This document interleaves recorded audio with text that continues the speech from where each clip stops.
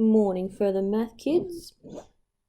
Alright, so we did half of reducing balance loans yesterday, or in our last class, and today we're going to look at the second half, which is this idea of an amortisation table, which basically is a step-by-step way of working out each of your balances after a particular payment is made. But it steps it out so that you work out how much interest is going to be charged on the amount that you borrow, and then based on the payment that you make, how much is then going to come off your interest and the principal.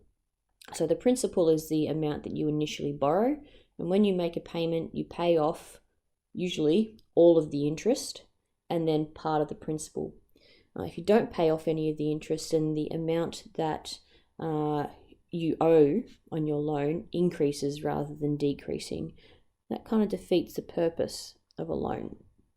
Right, so there's a couple of steps to filling out these tables, and they're quite common as multiple choice questions, but there have been a couple of instances where you've had to fill out one of these as a short answer question as well. So we've got an example here. Aisha's borrowing $4,000 from the bank at an interest rate of 8% per annum, and it is going to be compounding monthly. And she's then making regular repayments of $500. And we want to know how much the principal she's repaid after 3 months, and then how much interest she's been charged on the loan at that point. So to solve this, we're going to set up the table, and the headings in the table are going to include the number of payments, the amount of a payment, the interest that's charged, how much of your payments then coming off your principal, and then the balance, the total balance overall. So our first step is to calculate the amount of interest that's going to be charged. Now the formula that we're using is part of it's kind of part of your compound interest formula, but we're not going to be adding the 100%, because adding, where we have the plus 1 in our formula, we know that R is equal to 1 plus R divided by T divided by 100. That is used to increase the amount by the interest. At this stage, we just want to work out how much the interest is. So we're just using this part to find the percentage, or to express the percentage rate as a proportion, and then we're going to multiply it by the amount to find out how much the interest is going to be. So in our first example, we've got an interest rate of 8% per annum, but it's compounding monthly. So we need to change that from an annual amount into a monthly amount by dividing it by 12. So that's why we have 8 divided by 12, and then we're going to divide it by 100 to change it from a percentage into a proportion. Right, so we've got 8 divided by 12 divided by 100. That's going to be 0.006. Let's go with 0.007. Okay, our next step is to find 0.007 of our loan amount. So we're going to multiply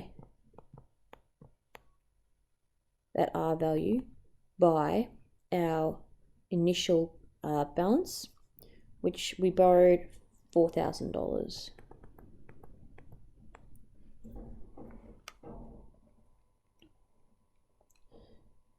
Right, so that equates to $26.67 to begin with.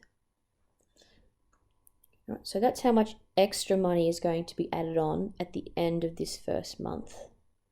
So the interest in here will become $26.67. All right, so now when Aisha makes her payment of $500, $26.67 of that $500 is going to be used to pay off interest, and the remainder is going to come off her principal. So this is what we call our principal reduction. It's the amount of the payment minus the amount of interest, and this is going to give us the total amount that's going to come off our principal.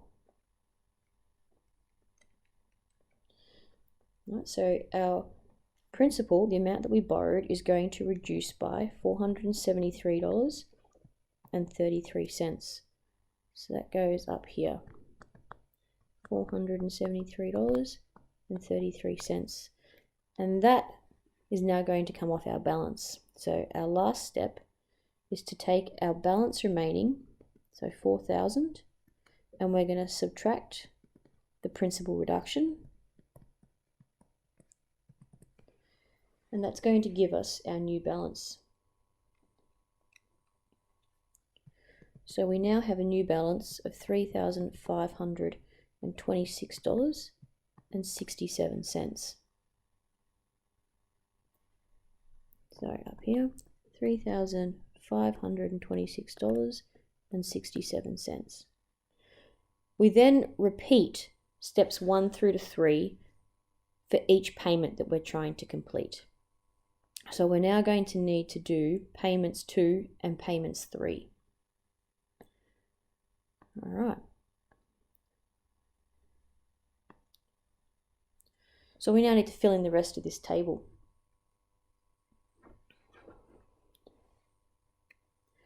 I'm going to start with payment 2.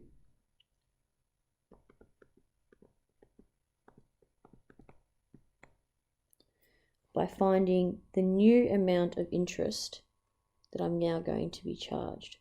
So I'm finding 0.007 because that's going to be the same. I'm still doing 8% compounding monthly. So 0.007 times by my new balance of $3,526.67. 3526.67. Sorry, I'm just putting things in my calculator. So we'll see now the next lot of interest that I'm going to pay is less than the first amount. This time around, I'm only going to pay $23.51 in interest, which means that when I calculate the principal reduction, a lot more of my payment is going to come off my principal. So $476.49 is now going to come off my principal reduction. So my total repayment or total balance is now going to reduce by a much larger number. So I initially had $3,526.67. That's now going to reduce by $476.49, which is going to give me a new balance.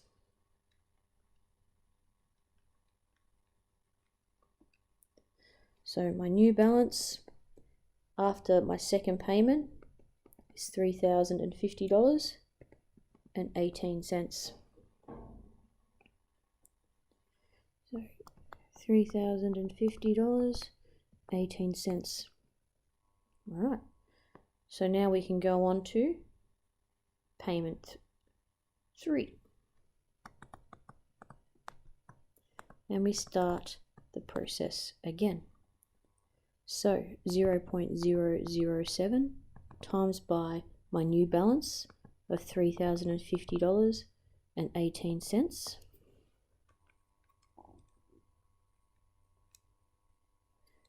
Okay. The interest charged on the third payment is going to be $21.35.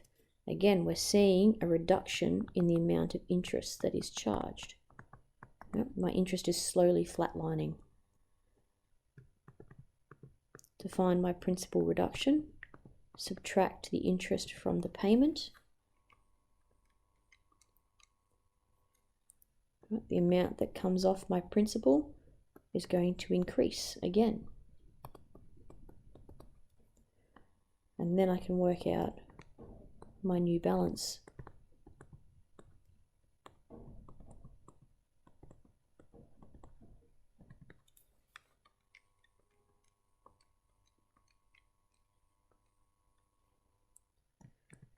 Right, so now she only owes $2,571.53.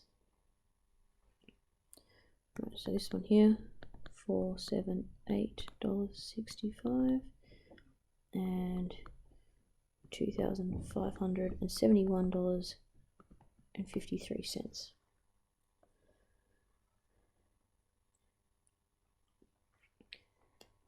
So we can see now if we total the first three columns, so we're going to total that one, total this one, and total this one. The first column gives us the total amount that she's paid. So she's paid off $1,500 all up. If we add all of the interest together, we can see that she's paid an extra $71.53, and the amount that she's actually ended up reducing her loan by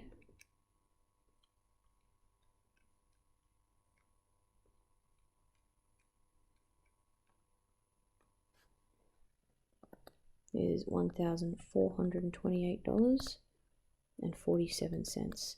And actually, if we do 1,500 take away 71, we should get how much the principal reduction totals to.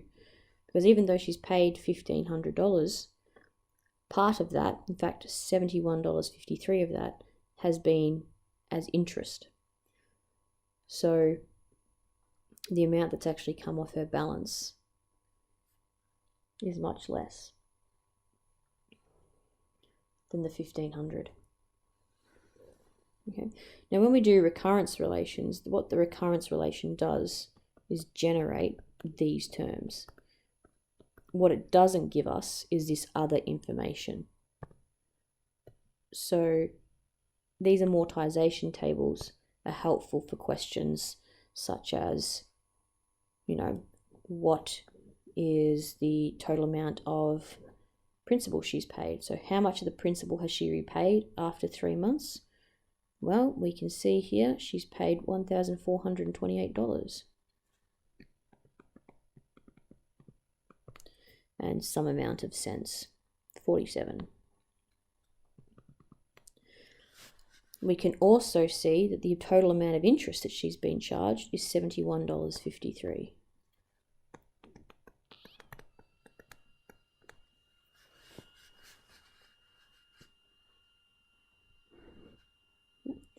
And that's our amortization tables. You won't usually be asked to fill out any more than 3 or 4 parts of a amortization table, because, you know, if you're doing too many of them, it gets a bit tedious. And once you can do a couple of lines, then examiners are pretty happy that you can do the rest of them. You don't need to total that column, because our balance is always reducing. We're always looking at the final box in there.